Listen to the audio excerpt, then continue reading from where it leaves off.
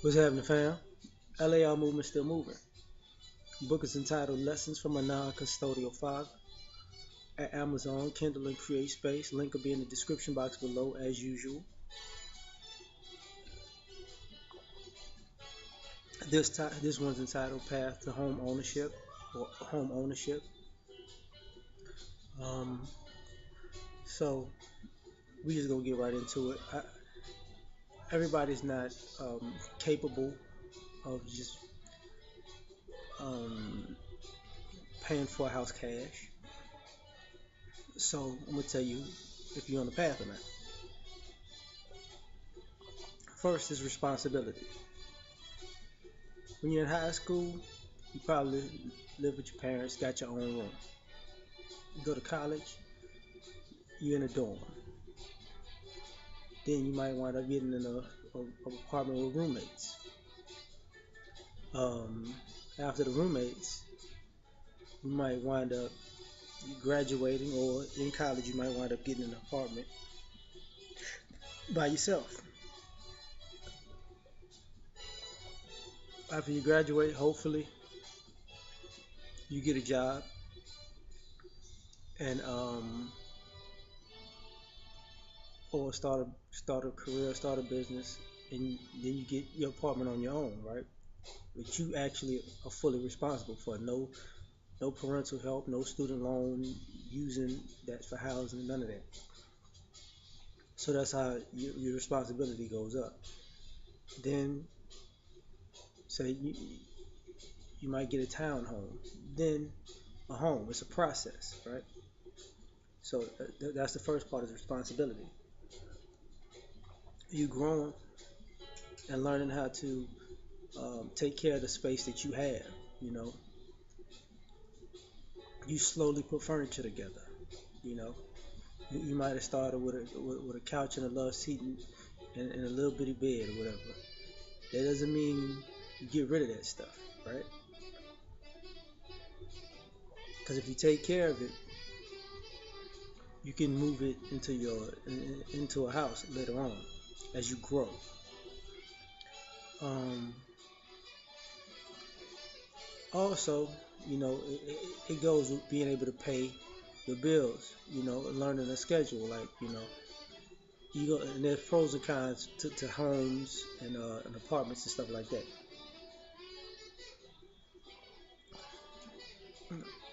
As you grow, first things first, you got to be cleanly. See, when you're taking care of your space, you got to have a clean space because the way you keep your apartment is the way you're going to keep your house. The way you keep your dorm is the way you're going to keep your house. So it's not somebody else's responsibility to do it. This is on the path. You gotta realize that you don't need no maid. Okay, what you need to do is pay attention to the little things. If you put some dishes in the sink, wash those dishes, right? Or at least rinse them out and put them in the dishwasher. However you got to do it. Um, be aware of your budget when you eating. Learn, you know, to um, be able to live like you were when you was broke in college, when you accumulate more money in the workforce, because there might be times you have to go back to that while you're paying your bills. Now, credit.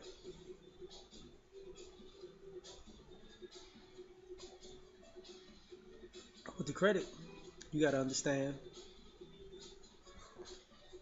make most transactions cash while you building your credit. Make them cash. I'm a firm believer in that. But once you get a credit card, link your credit card in your payments. So say you use that for gas money. But when you pay for your gas with your credit card, wait a couple of days, pay it off. That way it doesn't accrue interest really. But you have a history of paying things off. It'll grow your credit score.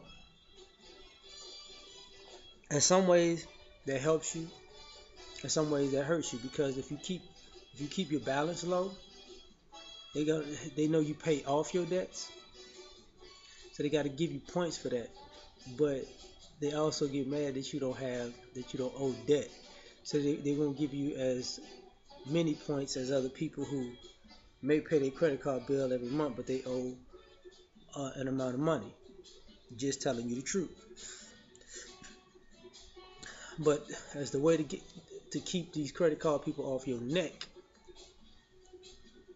that's how you um, get ahead. Now, uh, the other thing is when you're working, don't get caught up in whatever city you're in city life. Because if the goal is to get a home, then that means the goal is not to get the flyest apartment in the flyest neighborhood on the flyest side of town. Because that apartment might cost you the same amount it would, or even more nowadays, than it would to pay a mortgage. Just be honest. Ways to You gotta pay attention to that. You don't especially as a man, you don't need to have the dopest apartment in the dopest apartment complex in the dopest part of town because it's gonna be ridiculous. Think about how you living.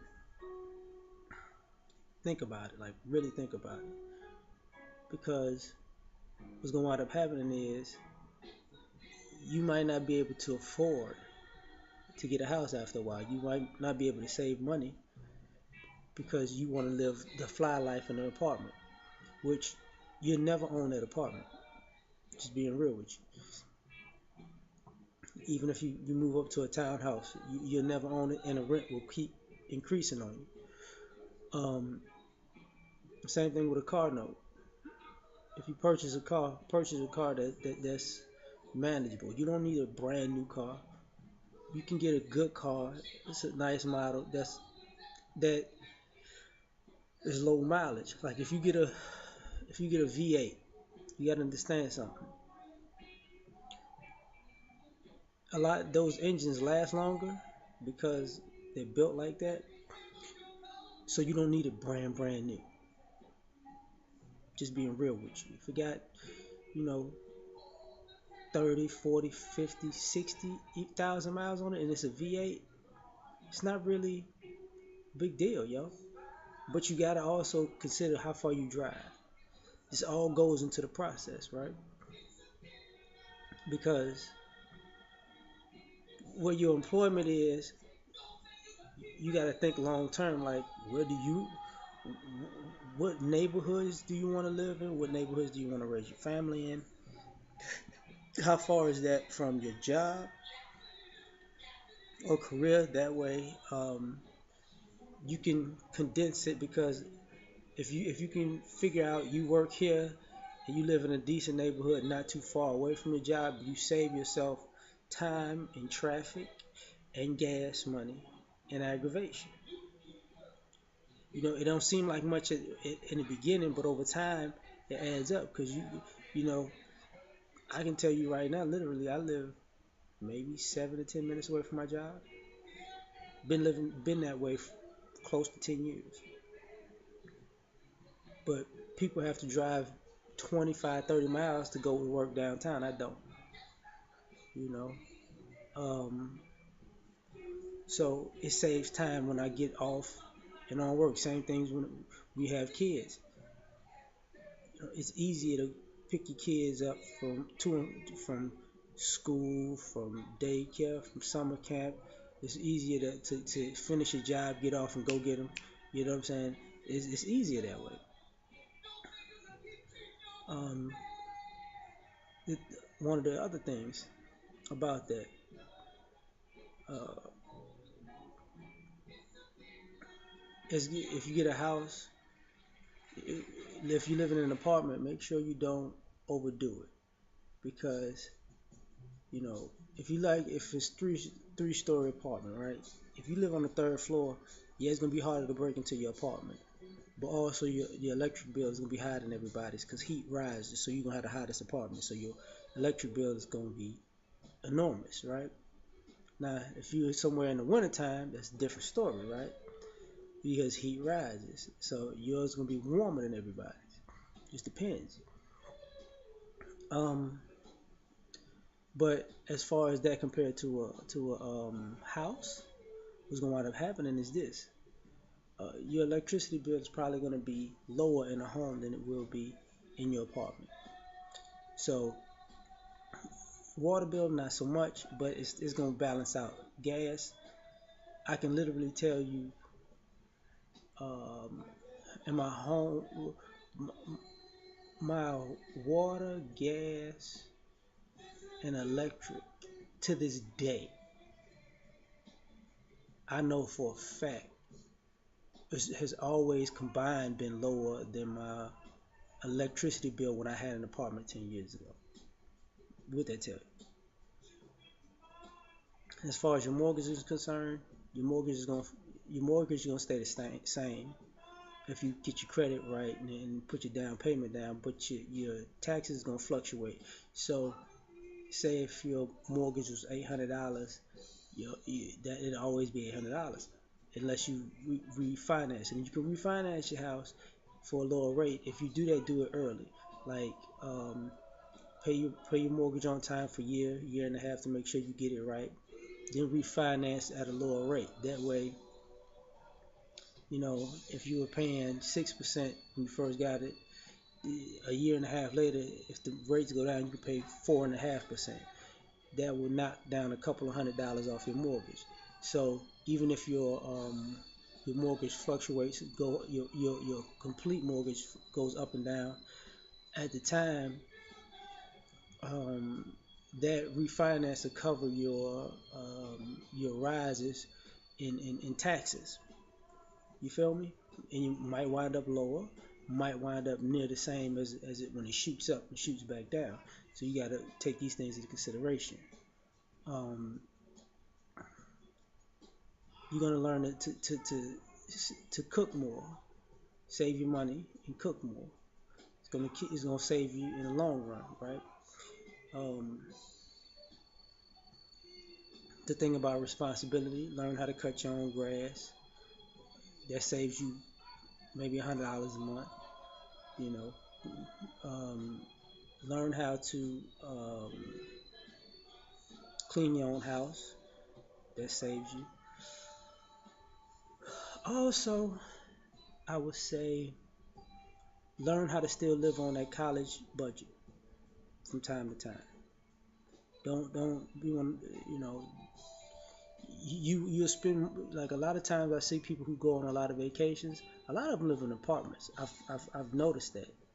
Either if they're childless, I don't see a lot of childless people with homes going on vacation.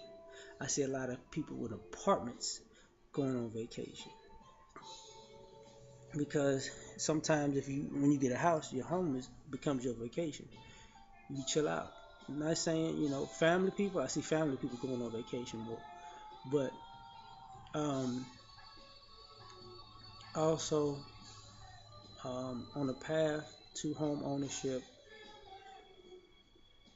it's kind of a responsibility path to a business because if you can take care of your dorm room, you can take care of your room, then you can take care of your dorm room with your roommate, then you can take care of your apartment with your roommate, then you can take care of your apartment by yourself, then you can take care of oh yeah, I got to get in the size of the house, sorry, but if you can take care of your townhome, and you can take care of your house because your house is going to be a bigger property because you got to do the house inside and out, right? You're more likely to be able to run your business because your home, just like your family, is really your first business. You can run a tight ship on that. You can run a tight ship in a business. Now what I was about to say, God dog it. I done forgot already. Anyway, if you could do that, you can run a business. Now on top of that, I will say one other thing. When you do this, if you do it that way, you'll be able to get ahead on the mortgage. because then you can add a little something extra to it and start paying it down. So say if you sign a 30-year mortgage and you pay an extra $100 a month, your mortgage is going to be paid off in what, maybe 20 years. You put an extra 200 down on it. You should make your house affordable. That's what getting a house that's affordable for you. Affordable, manageable. Don't get caught up in size. You know, most people, if you're a single person, you don't need more than a 3-bedroom, 2-bath house. Honestly, you want to go for 4 and 2, whatever. Um, think about the style. You know, uh, ranch style, 2-story, whatever.